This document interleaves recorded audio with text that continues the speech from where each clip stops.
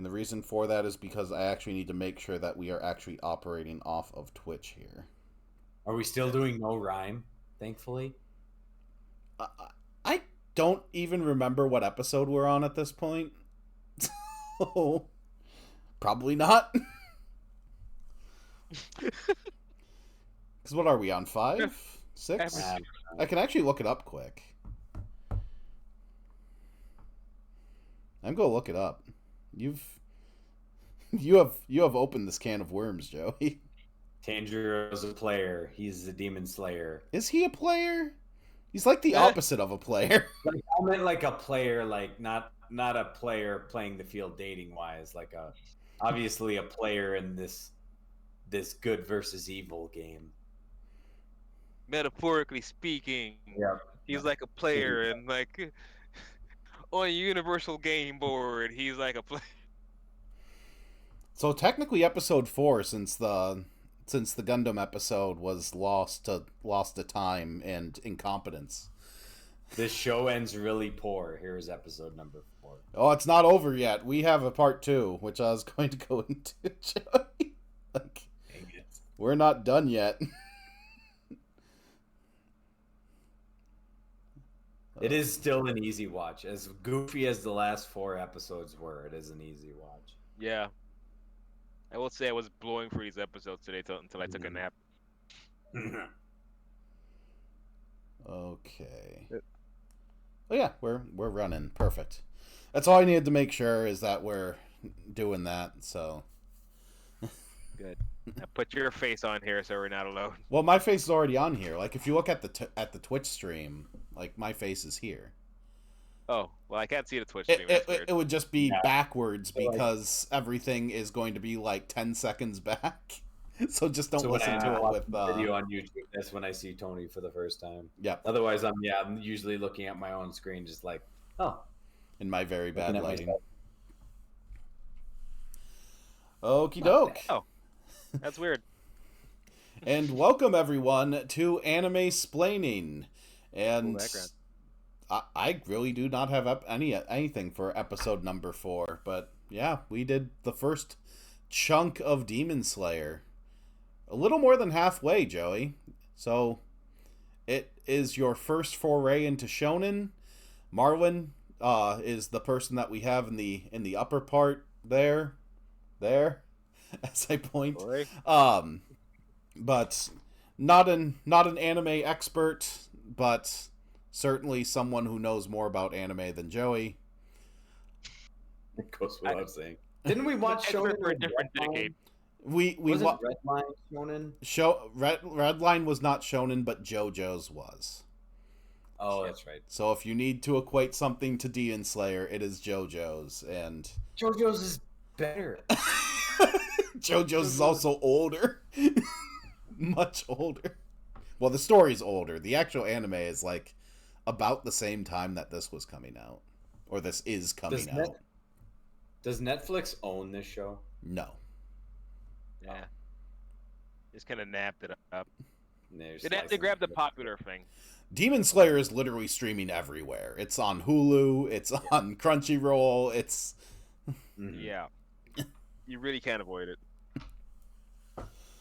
But yeah, so Joey, I think this is your first non-ironic shonen, because I would say that JoJo's over-explains everything. It does the shonen tropes because it thinks it's funny. Demon Slayer does it because it thinks that you are a deeply stupid person that does not understand what is going on. It also feels kind of derivative that way. It feels like Demon Slayer is a lot more genuine as a result to what a lot of these shonen animes are, but that's not necessarily a good thing. Like the bad humor is because it's dated. It's because I've seen it a million times already, and now it's just cliched. I've seen these characters before. Because the best episodes are the ones that aren't very funny. Like the beginning episodes where you're really learning who everybody is, because they treat you like you're dumb. Like, you're not going to know much about this, but hit me over the head with explaining like the setting, who these people are, what is the danger. That's why, like I would agree with Marlon. Those first few episodes are much better, and then once you get into later episodes, it's just like, ugh. It's almost like they're assuming you've never watched an anime before, which is both a good thing and a bad thing. Like it's great for exposition and things like that. Like, cool, spoon feed me all the information, all the characters, so I get everything I know. They're literally yelling each other's names multiple times every episode, so you can't forget who they are. The trouble with that is they also treat your humor like you're a 6-year-old. So it's like, all right, this is for kids, and that's the trouble with it. It's an anime, and then it reminds me, right, I am way too old to be watching this. That's that's all the humor does. There's an 8-year-old out there that thinks this shit's hilarious. First of many pro wrestling references. It's just like pro wrestling. When it's serious, it can be Mhm. really, really, really good. And sometimes there is occasional funny stuff that might make you chuckle, but when they really lean on the comedy, it's usually really bad. Like you guys aren't funny, and that's the Yeah. thing. Wrestling isn't funny on purpose, and they need to learn that. You're not funny because you're comedians. You're funny because this is a stupid medium, and you guys are still doing it in this day and age. Like you have nothing left to say in wrestling as a medium, but you're still chugging along, and I'm rooting for you. And that alone is funny. It's not funny when you're like, I don't know, making fun of trans people or midgets or something. That's Mm. that's just Vince McMahon and what he thinks is funny.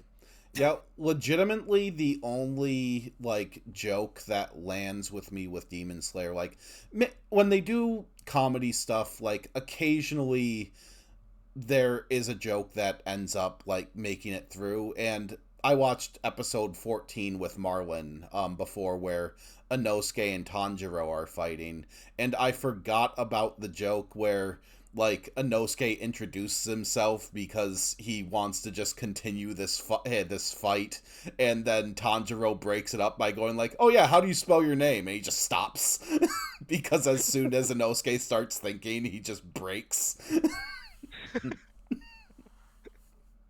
Can relate to that.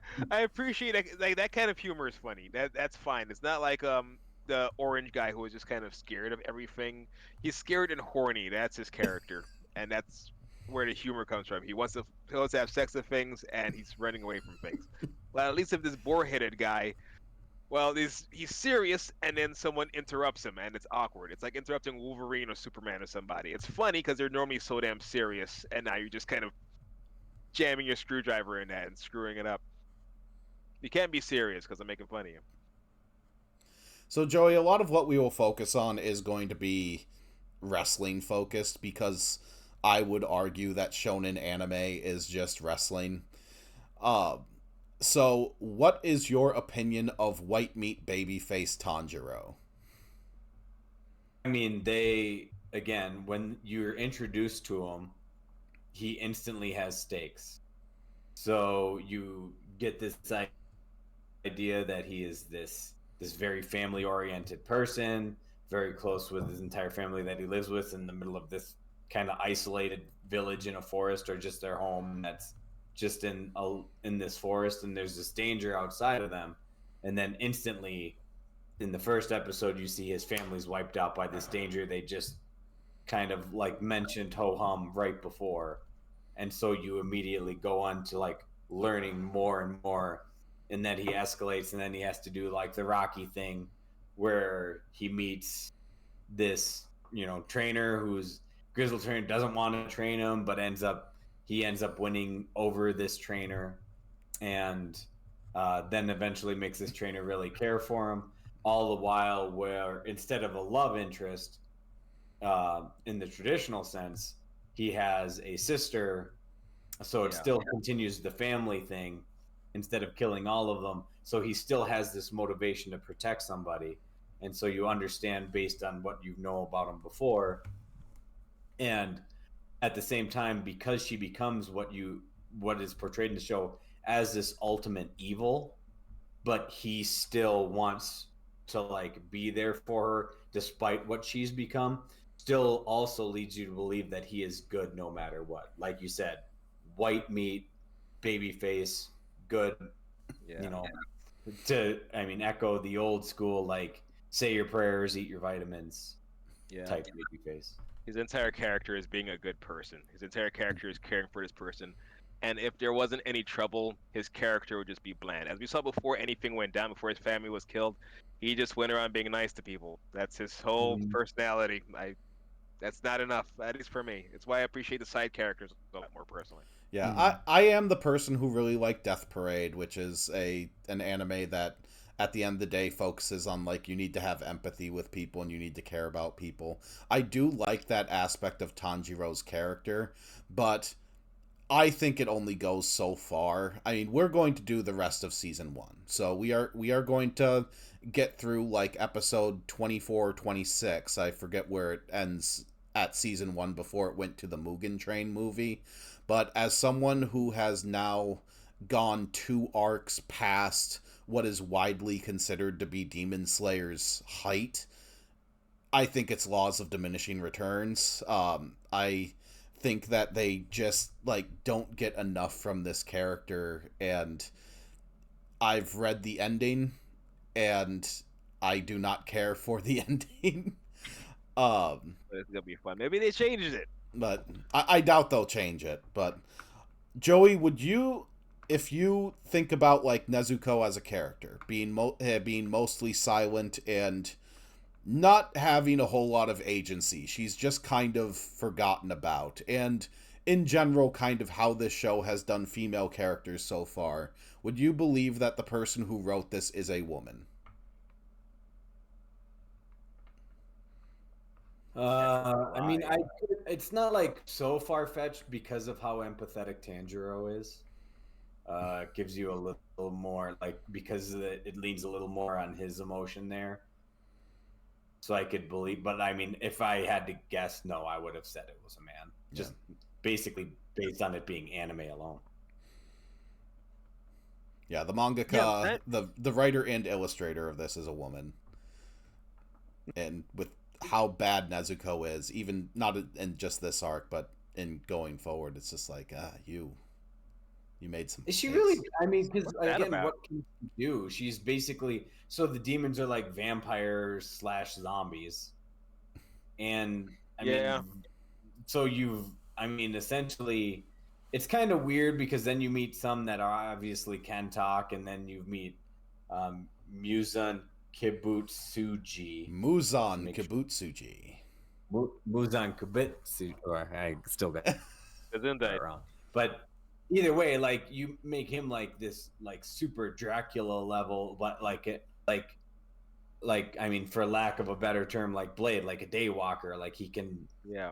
perfectly assimilate to people themselves and not have people know any better. Whereas she's basically just this low level zombie as we would think of it from Night of the Living Dead. Just like and can't do much else. Yeah, she can either grow So really big or really small. That's about it. That's kind of cool. I'm a fan of that form personally. Her and the armed lady that comes in later. am I the only one that really like, feels bad that she's like just fitting into this tiny box? Yeah, I feel bad for her. And the muzzle whoa. thing, like she's a pet now. She's not a person. She's just kind of a dog he keeps around, and that bums I was me out. gonna say, I used to be a human being you with can say opinion. that like, she hasn't hasn't attacked humans. She just needs sleep. Like, so why does she wear the muzzle anymore? Like, is it just to hide her like evil teeth? Like, is that like? Because I mean, I see the demons all have sharp teeth, so maybe it's hiding that. But if she's not a threat to bite anybody, like, why do you have the muzzle on? If it wasn't for them being siblings, I'd assume it was a weird sex thing, and I assume that's the only reason they make them siblings. This is just a weird situation to be caught up in. Oh, that you just made with that comment. You just made that Zinu whatever blonde sidekick even worse. But he's not wrong. It's like you're keeping a woman in a tiny woman with a muzzle in a box. This feels like an S&M thing, guys. It just Yeah, I will not harp on my hatred of like what they did with Nezuko in general in this, other than I the scene I absolutely hate that I almost check out of the entire anime based on is when Tanjiro first like learns that she can get really small and he's trying to coax her into the basket and just talking to her like a dog. It's like you can just yeah. replace Nezuko with a loyal family pet and it's basically the same anime for the first part of it. I mean, I'm back just to here pro figuring this. wrestling. Yeah, like back to pro wrestling. She's just the the standard, heel henchman. She's Solo Sokoa. Just shut your mouth and go beat up this person. Just go be Midian. Yeah, Midian. occasionally she can do a run-in. Occasionally she can like kick a ball back and forth, or just Billy Gunn this real quick. occasionally kick a demon's head off until the head itself grows arms. Yeah, just Ted DiBiase Jr. just situation for us. Thanks. I like her power. That makes, because eventually the story arc with the heel henchman is that they turn on the leader of the stable. So it would be interesting to see if the end of the show you get Nezuko versus Tanjiro.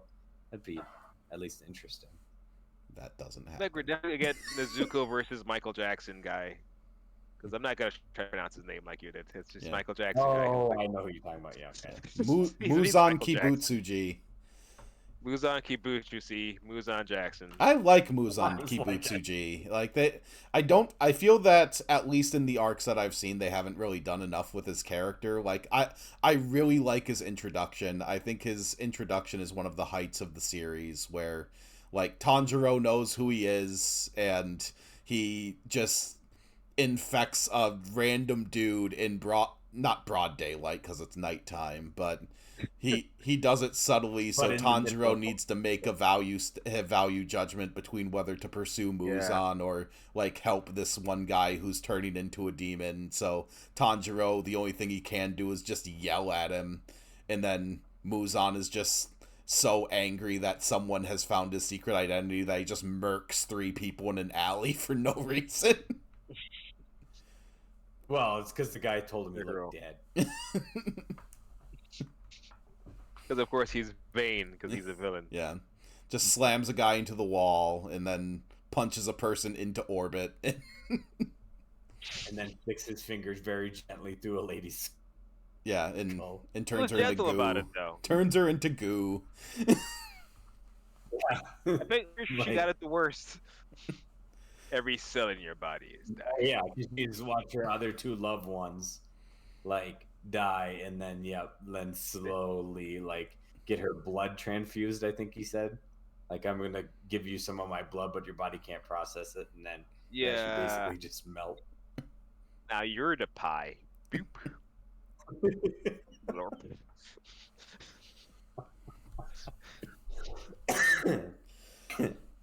So far, I guess both Joey and Marlon, there are quite a few fights in this. Most demons get like either an episode or 2 to have their big fight scene. Is there any that you say like, oh, this one above all the others? This is the runaway success within the first 14 episodes. For me, it is a tie between that dude that friggin' takes you in your sleep, the underwater guy, because getting to fight him in his own dimension was pretty crazy. And girl with the 6 arms throwing the ball is being directed by her brother, just like red lines, just using telekinesis. Those are pretty sick. Like, when I say the bad guys stick out more than the main characters, they're all just so cool and hard to choose from. But those are my 2 favorites. Yep.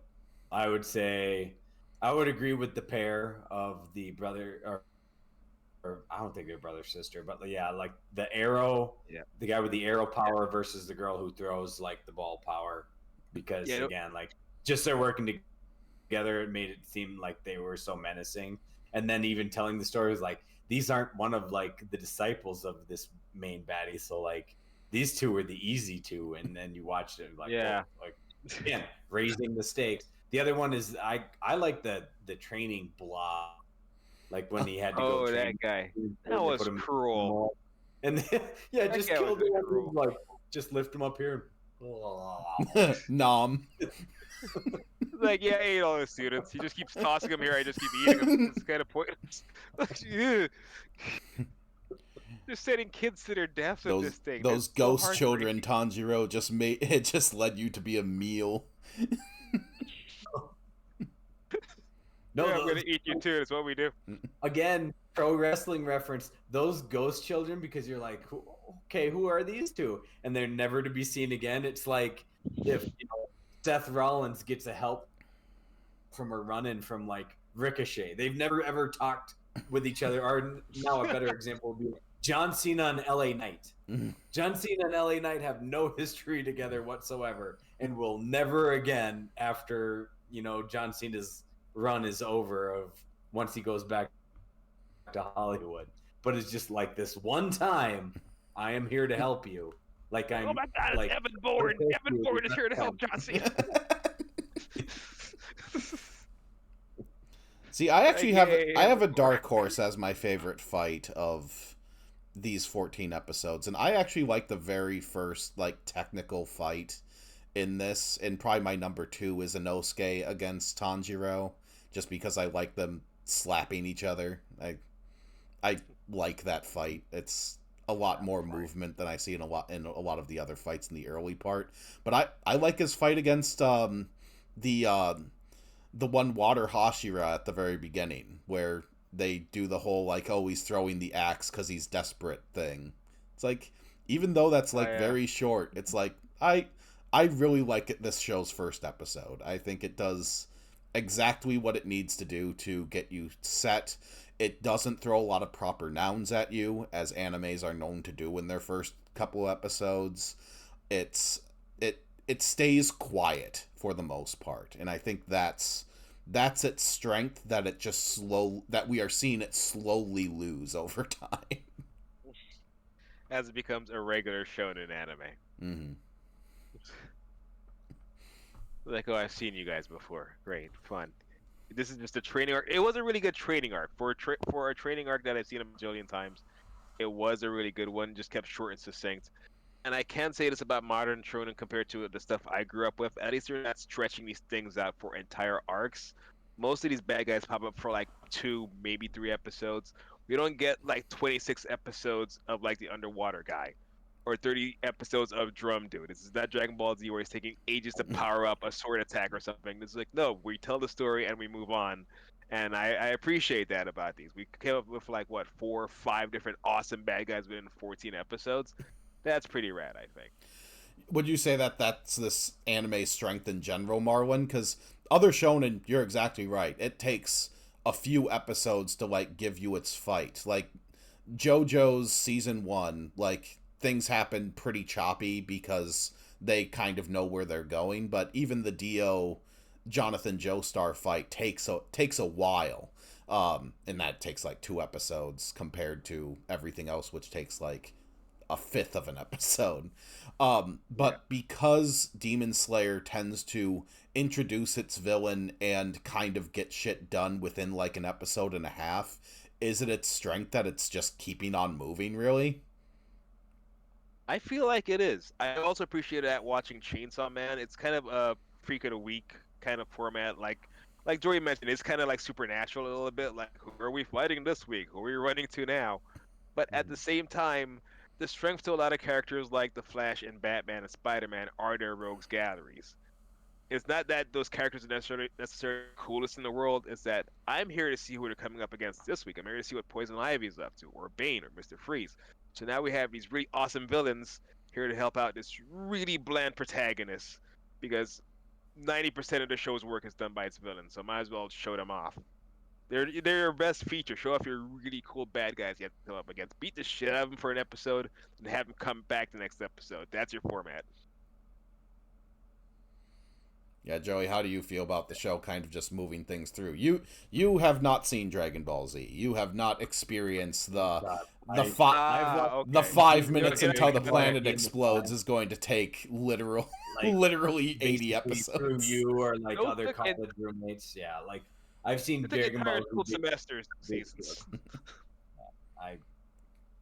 I might, that one's, because there's animation in this that's very reminds me of Dragon Ball Z that I'm not a fan of, but we'll obviously get into that in a little bit. As far as establishing your villains, again, like you said, right off the bat, they do that where you meet this first demon that he cuts the neck with the hatchet, and then he basically heals right away, and he starts giving this whole thing about hey, I am this demon. I'm not the demon that killed your family, but I am a demon that feeds on people. I need blood, and I heal easily, and you cannot easily kill me, or in fact, you can't kill me. So, again, establishing stakes. Yeah, it's one of Like I those. mean, yeah. Sorry, Marlon. I mean, Right. as far as like the villains go, like I don't know if any of them are really that memorable outside of like the big bad that we get because again everybody basically works for him. Even the arrow and ball ball thrower girl team, they're still Yeah. working for him. So it's tough to. I mean, they're memorable as henchmen, but they're not memorable necessarily as like the big bad villain like he is. The But it's unfair because we're very early in the show too. Anyway, Kickball Girl definitely has a like interesting death because Muzan's gimmick is that he really wants to be secretive. So literally, if any demon even says his name or refers to him, like they break the contract and then his blood just turns on them. That's why she just sprouts more arms and it cracks her own neck and crushes her head. That was a really gruesome way to friggin' go. That was awful. But it's I don't know. I guess I appreciate seeing at least the variety of villains. At least not, they don't necessarily have to be big bads. You just kind of have to Power Ranger it, and each new episode is like, "Who? What villain are they fighting this week?" It's like a seaweed person or like a pig person. It's what insanity are we fighting this week? That's memorable enough for me. They don't need to be big bad. They just need to be terrifying. Yeah, I'm going to give a little bit of a deep cut here. But so Demon Slayer, something that I do appreciate it for is it's obviously the show is still going on. Like the show is going to be going on for a while, but it's actually technically almost done. Because the next movie they're going to do is literally the second to last arc. Because the mangaka of this, the writer, illustrator, things like that, basically said like, "Hey, I have my story. I'm going to tell it until it's done, and then I'm going to be done." And that's exactly what happened. Like Muzan is the big bad. When they defeat Muzan, the story's over. And They're not gonna.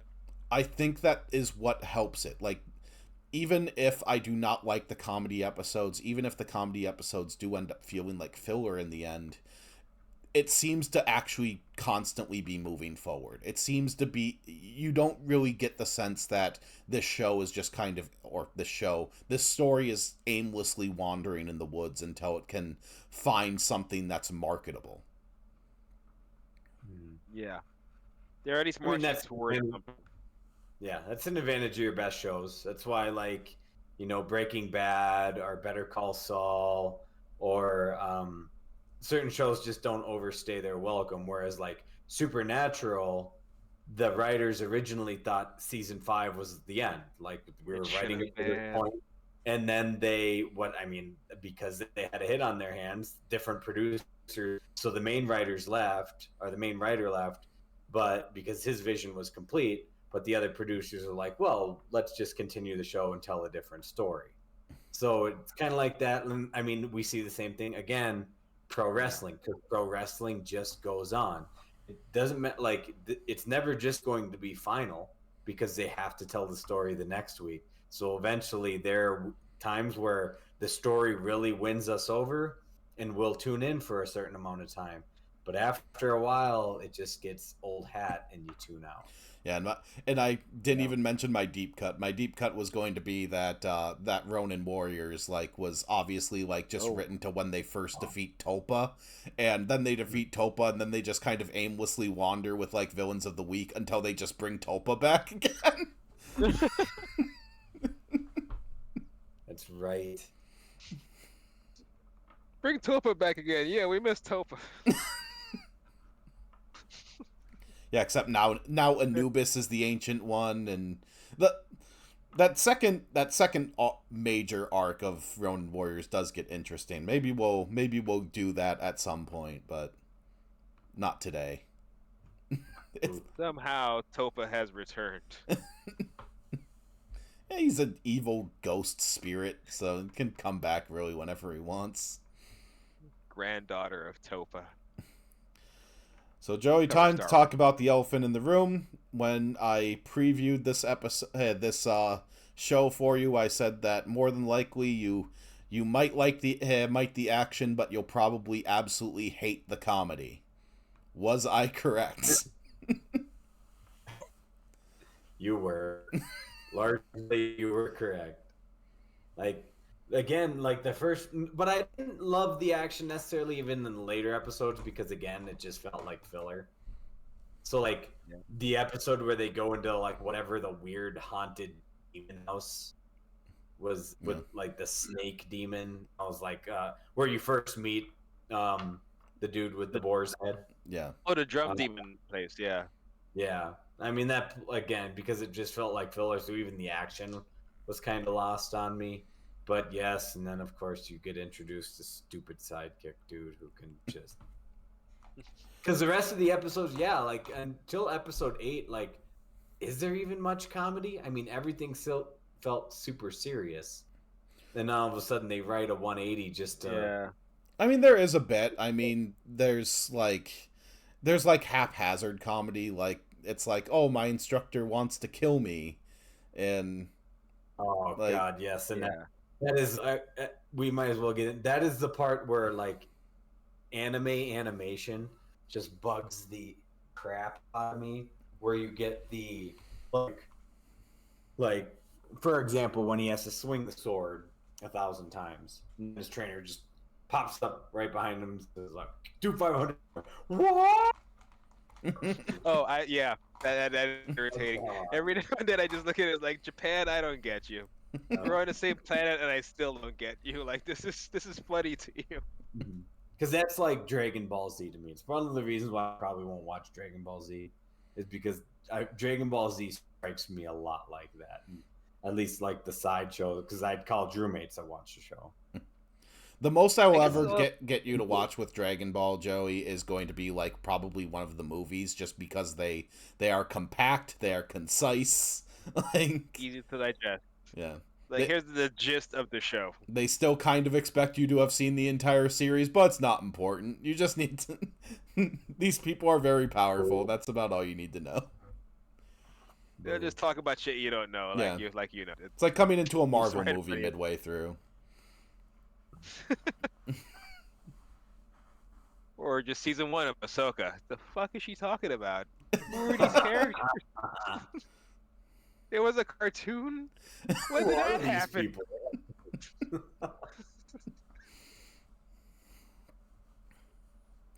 Okay, so we talked about Tanjiro, we talked about Nezuko, we talked about Muzan Kibutsuji. Um, do you like Inosuke? Like I do not like either of the secondary leads. I do not like Zenitsu, and I do not like Inosuke. I think they are one-dimensional characters that the show thinks are hilarious. That I am an old grumpy old man. That and I do not find them funny in the least, and just want them to go away for the most part. Until Zenitsu generally has a fight scene, I want him to go away. I want to sort of agree to, but disagree with you in that I would agree if it wasn't for the lead being so bland that anything is better. There's anything of a personality. I don't care that you're annoying. It's a personality. It's something. At least you're distinct. This guy is just nothing. I'm here to save my sister. Yeah, but what else? What else are you? Just I don't give a shit about this guy. I'll take it a step further too. Like it's I mean, you need them there to believe like you need to be a team of people to overcome like their demon slayer core. You need like you can't believe that he's going to take on this ultimate evil completely by himself. How do you establish how dangerous it is? Yeah. So Yeah. having a team there like helps Gumption. make it seem a little more believable there. The one thing I'll give Inosuke is because his presence, because he's very stimulating visually to look at in an animation sense because of the boar's head. But I mean, he's just Cool. simply I just hate demons and I fight. So like it would have served well if you would have met him in like those training episodes, like when Tanjiro's with like the 4 others that are there. Like if you could have met I, him then and he's the boarhead guy, then it would be a little bit better of an introduction and give him a little more depth. I kind of like that he's one note though, because he's like he's so straight and narrow that any interruption is immediately hilarious. Because now he has to respond like a regular person. He's like, "Oh, for murder." It's like, "All right, what's your name?" Inosuke. How do you spell that? And he has to do regular people shit, and that by itself is funny to me. Where Inosuke That does not hit for me is, I think, so we haven't talked about the primary like fight mechanic, which is the breathing techniques versus special demon blood art things.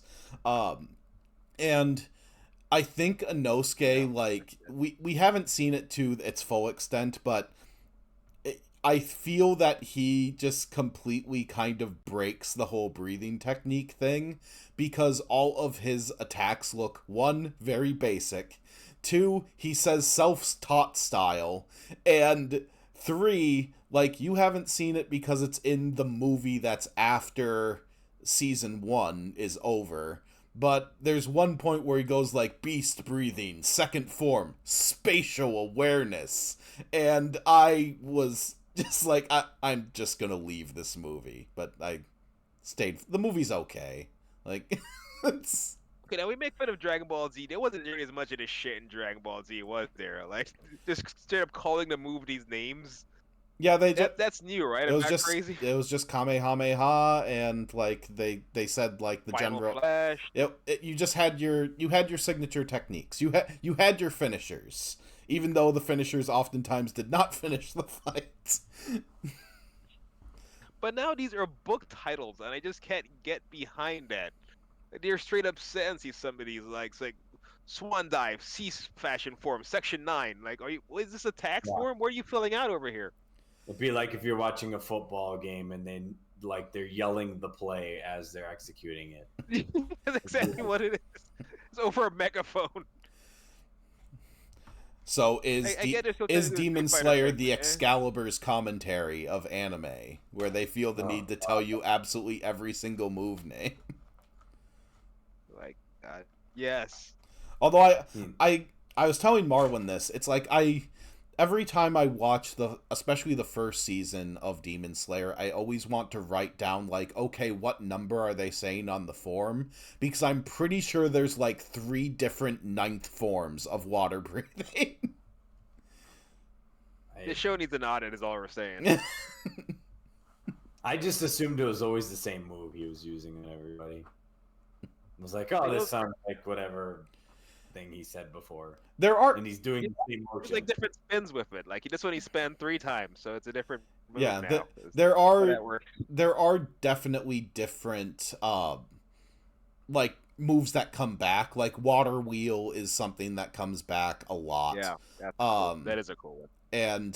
But overall, it's, I don't know. I understand the purpose of it, like thematically and marketing wise, because you're cheating essentially with the water breathing and saying the different names, because effectively you're saying that any single move from this water breathing technique can end a fight. There is no true best water breathing technique, or any technique, unless you're Zenitsu, where he just uses the thunderclap and flash and that's it. That sounds so fucking sexual, by the way. Thunderclap and flash. But that's the entire purpose of it, when in actuality it's like, no, your special move is just the water breathing, and if you say water breathing, we know that this is an important thing that's happening. It's just the writer in me saying like, I see your game. I see your game, writer. Add water breathing to it. That's the technique. Well, now they can just say any sentence of water breathing, just make up a new technique. And now that's a new sentence. It's a new move. It's new marketing. Some kids yelling down the playground, and now it's just more marketing for Demon Slayer. If my kids come home one day yelling moves from Wheel. any other Throw a water balloon at your face. Water wheel, water wheel. I'm doing low attacks, punching your groin. Yeah, I'm Insuke. Yeah, I know Constant Flux is one that would be upcoming. I'm trying to think of like all of the different Waterfall Basin is definitely one that comes back, because that's the one he does over and over again to soften his fall. Because if you hit the ground really hard, if the show says if you do a superhero landing, you can get through it. Water basin, be chill. So Joey, are you just not into the whole like calling out your attacks thing? No, it's like, I mean, even in video games, they don't name the attacks unless you're like playing a slow RPG and you just got to find the controls. That's what it feels like. It's like whoever's writing this, they're controlling this person. Like, oh, I got to find this attack in the manual or find this attack to do in this big control list, like Final Fantasy VII. Yeah. Someone. I want a magic attack. I want magic attack. I want to use this materia, and I want to use fire power. Yep. Everything needs a label, and I need to yell out that label, or else I will not remember it. I will say that Spider-Man kind of does this, but it's something that's unsaid. It's just like, oh, I'm using impact webbing, or you mean like on the move list? Yeah. Yeah, but every time he shoots impact webbing at a bad guy, does he say impact webbing? Right. Sometimes he kind of does. You sure it's him? Sure it's not just you? 'Cause sometimes it's me. And I mean, at this point, I've played so much Marvel vs. Capcom that Wolverine might as well just say all of his attacks every time. Berserker Barrage, Drill Claw. I mean, I wish you Jack would yell just one of those. That'd be amazing. We didn't get a Stars and Stripes once from Chris Evans. Yeah, like I'm making fun of you guys for doing this in video games. It's true. Like I do it in sports too. Like if I'm watching a football game and like some play happens where my team scores as well. Yeah, I repeat the play they just did. That's a thing. That's dorky and cool. The Eagles have like their little quarterback sneak they call the brotherly shove, and every time like they've done it, it's like brotherly shove, yes, and it's the exact same thing. So you're just watching Ice Shield. At what point are you just watching Ice Shield 21 again? I wish brotherly shove wasn't an example. I would personally finance a brand new season of Ice Shield 21 if they go, there's only one way we can get a touchdown here. Tush push. Yeah, but then they have to yell grab while like mid-play. Like, here, we're blocking. Like, hut, blocking. You see everyone struggling, and all of a sudden they just yell from behind, tush push, and then they get all the ads. No, you're not anime enough, Joey. It would be tush push.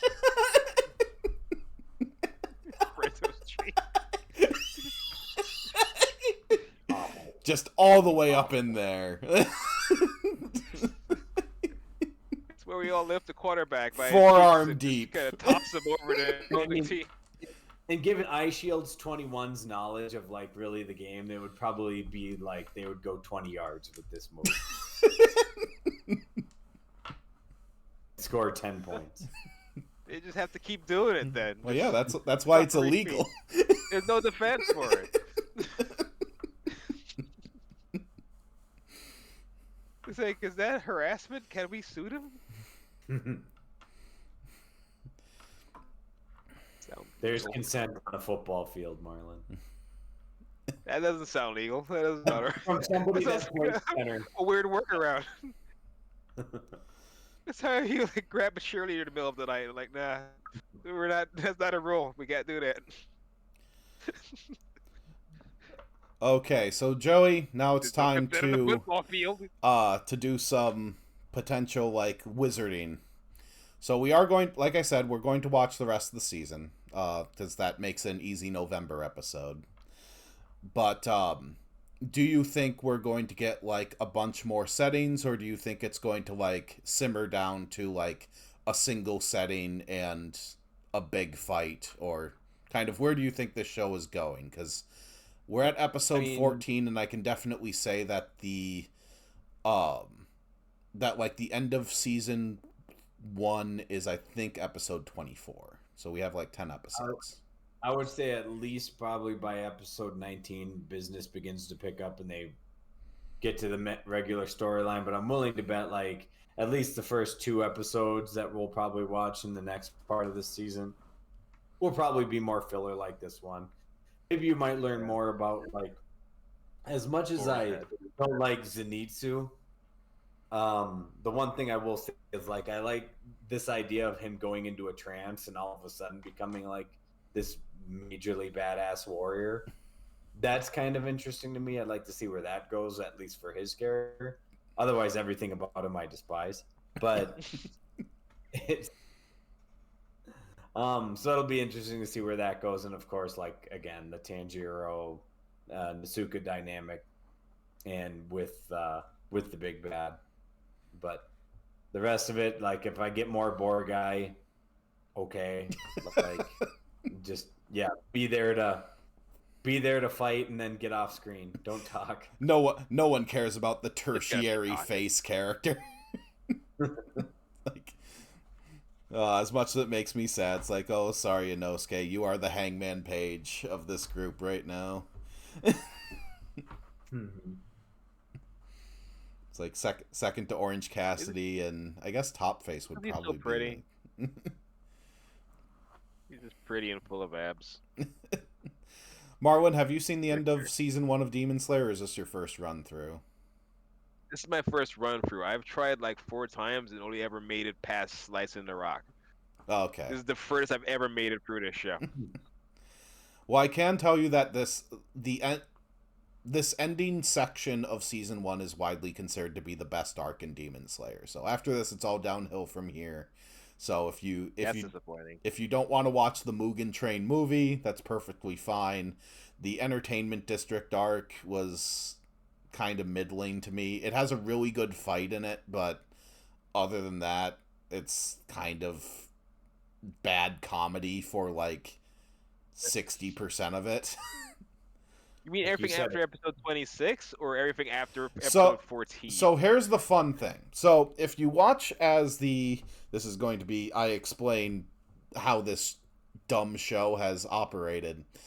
So after season 1, which I believe is episode 24, then you have 2 options. You can either watch the Mugen Train arc as episodes, where they cut the movie up into chunks and they put a little bit on top of it and a bit on the back of it. I do not recommend that because it is paced really badly. Mugen Train is paced like a movie because they made it in general to be a movie.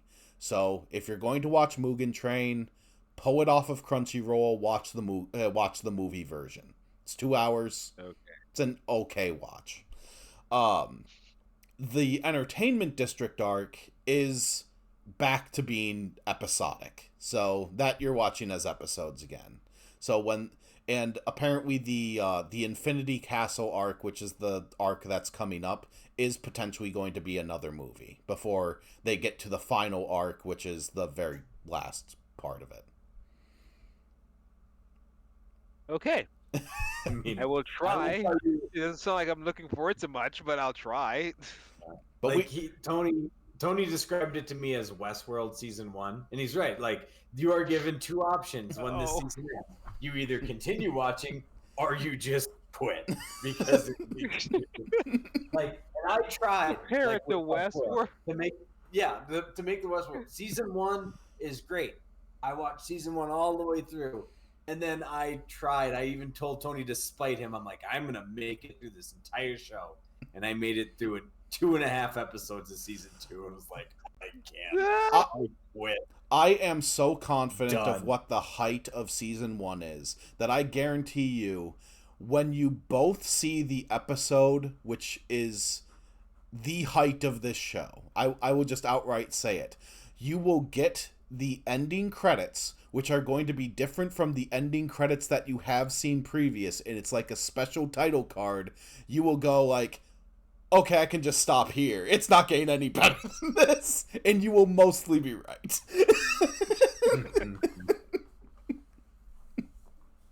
Oh, good to know. I have that to look forward to. I mean, at least there's one good episode in this season. Then after this, okay. This is easily like this is the page turner, I would say. Like once they actually get to Mount Nantagumo, which is the main setting of this, it's going to be single setting but multiple fights. it moves. It's very, very good. I will hype this up because I do feel that it is deserving of hype. Okay. But yeah, we can All right, hit I'll take your word for yeah, it. we can hit that in like 2 or 3 weeks, depending on general scheduling. But yeah, so on the scale, so 1 is completely insulting to my intelligence.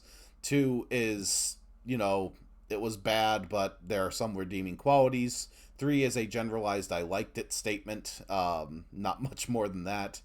4 is I liked it, but there are some flaws. Or no, it was great, but there were some flaws. 5 is good for the genre. 6 is exemplary for the genre, and 7 is so good it has redefined what good is. So, Joey, where do you put Demon Slayer? 3. I mean, maybe I generally like parts of it. Like it would be higher if Zenitsu wasn't such like the bad anime stereotype of just being a creep. I Like see. it is, I see you getting through all of the episodes until like episode 10, going like 4, 4, 4, and then the moment Zenitsu says 3. Like, Yeah. like the thing is like I go through earlier episodes and some of them were even higher. Like again, like he's trained to be a demon slayer and he like kills the blob demon like 5. Like that's cool. Like Yeah. oh wow, you hit like and then you beat the big bad and like you said like how they established him like right off the bat. Dicks. This is great. And then yes, episode 10 you meet that stupid blonde douchebag and and then the show decides to be funny. will you Yeah. marry me on the side of the road, you fucking weirdo. Yeah. Like, what part of that is funny? Oh, by the way, I see redeeming qualities in you. Why don't you just tag along with me on the side of the road? And please don't rape my sister. He is So, traumatized and scared, and that is hilarious to this show, Joey. dumb.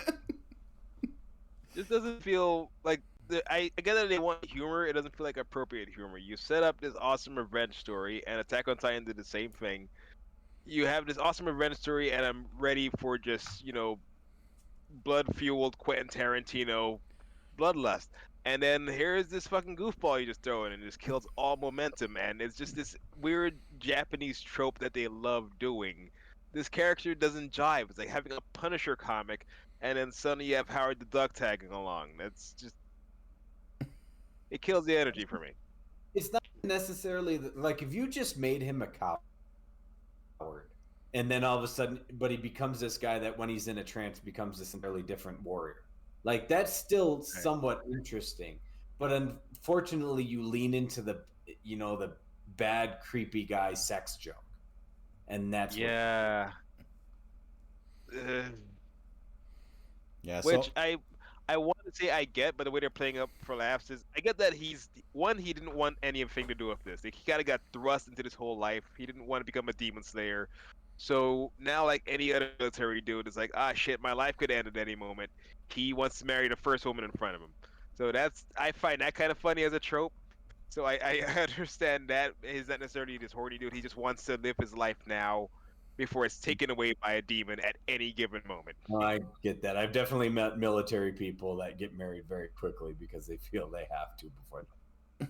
Like the moment he I get explained that. his story, I just went, "Oh, okay, yeah, that's it. He doesn't want to die a virgin. All right, gotcha. Cool. Understand your character." yeah, so Marlon, where would you put Demon Slayer on that 7-star scale? Are you more forgiving than Joey 3. is? Yeah. I'm not. It's a 3. It is very generic. It's I've seen this before. I've seen these characters before, and there's no one that really sticks out enough for me to think, oh, I'd play a video game about this, or oh, I'd buy this character's action figure or anything. There's no one even visually appealing enough for that for me to think, oh, this would make a great tattoo.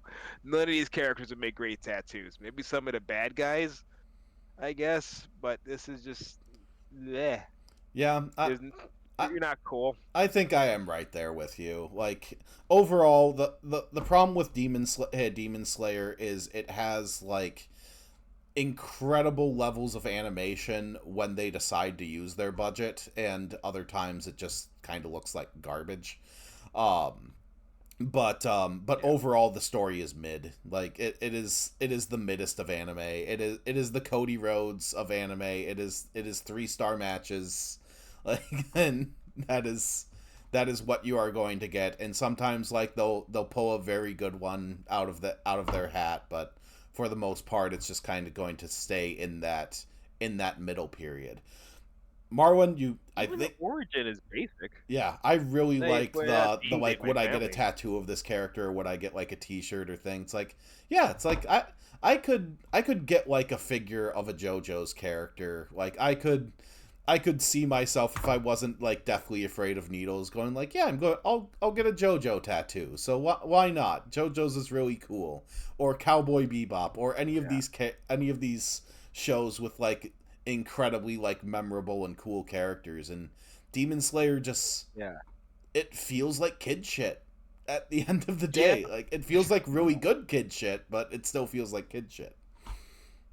Even My Hero Academia leaning more into the kid shit thing. At least they're all very distinct superheroes with distinct powers and distinct looks. And like, I don't even know what this guy's name is, but he looks awesome. Here, I could walk past this. I wouldn't notice. I don't care. Everyone's wearing different colored robes. That's about it. And they Yay! and they and they have different elemental attacks with their sword. That's apparently all in their heads. Yep. They didn't even explain the water thing. He just suddenly had it to be visually distinct because there's nothing visually distinct about these people.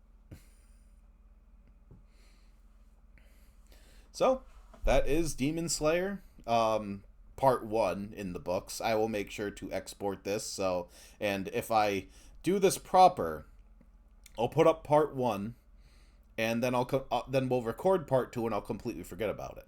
So we'll watch the height of the series, and then we just won't put it up because I'm incompetent. Called trial and error, Tony. Yep, understandable. And then we get to figure out if we're returning to your favorite, Joey, with Gundam. Like maybe we'll watch some like old Gundam, since I showed you how much old Gundam soundtrack sounds like Sam Spence.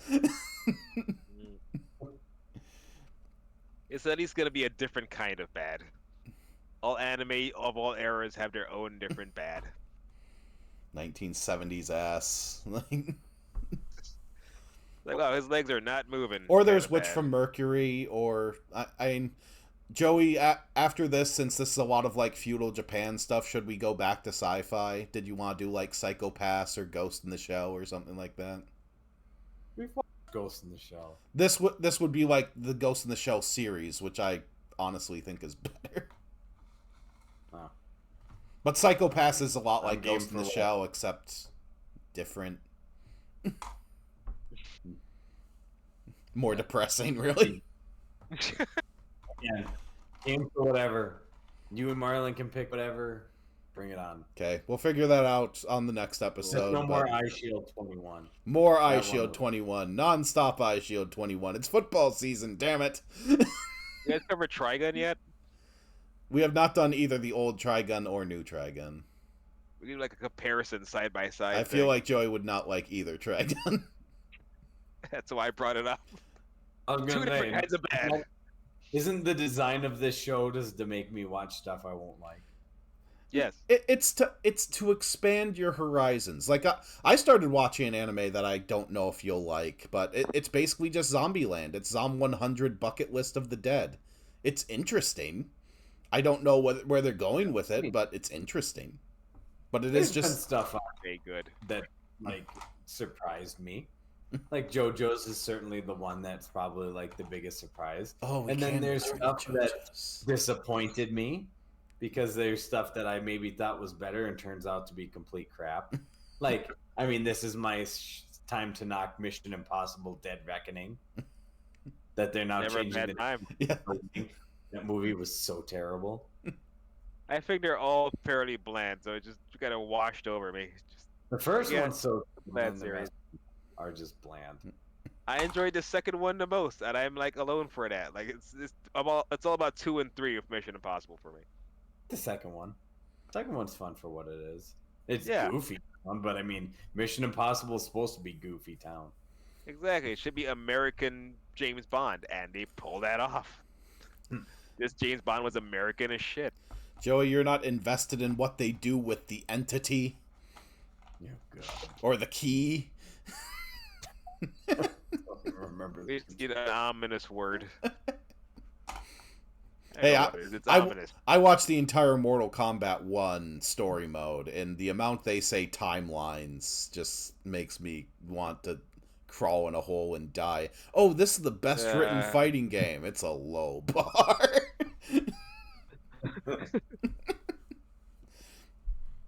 But anyway, They made this whole multiverse timeline thing so oversaturated and popular. It used to be this niche thing from the 1980s, and now everyone's doing it. I liked it more when it was Crisis on Infinite Earths. Because then you can reboot without rebooting. Yeah, it's That's so the only lazy reason now. I do it. We could have 2 Iron Men. We could have as many Iron Men as we want. yep. That's the plan. And just because I don't have any other way to end the show, podcast breathing, first form, just hitting the stop stream button.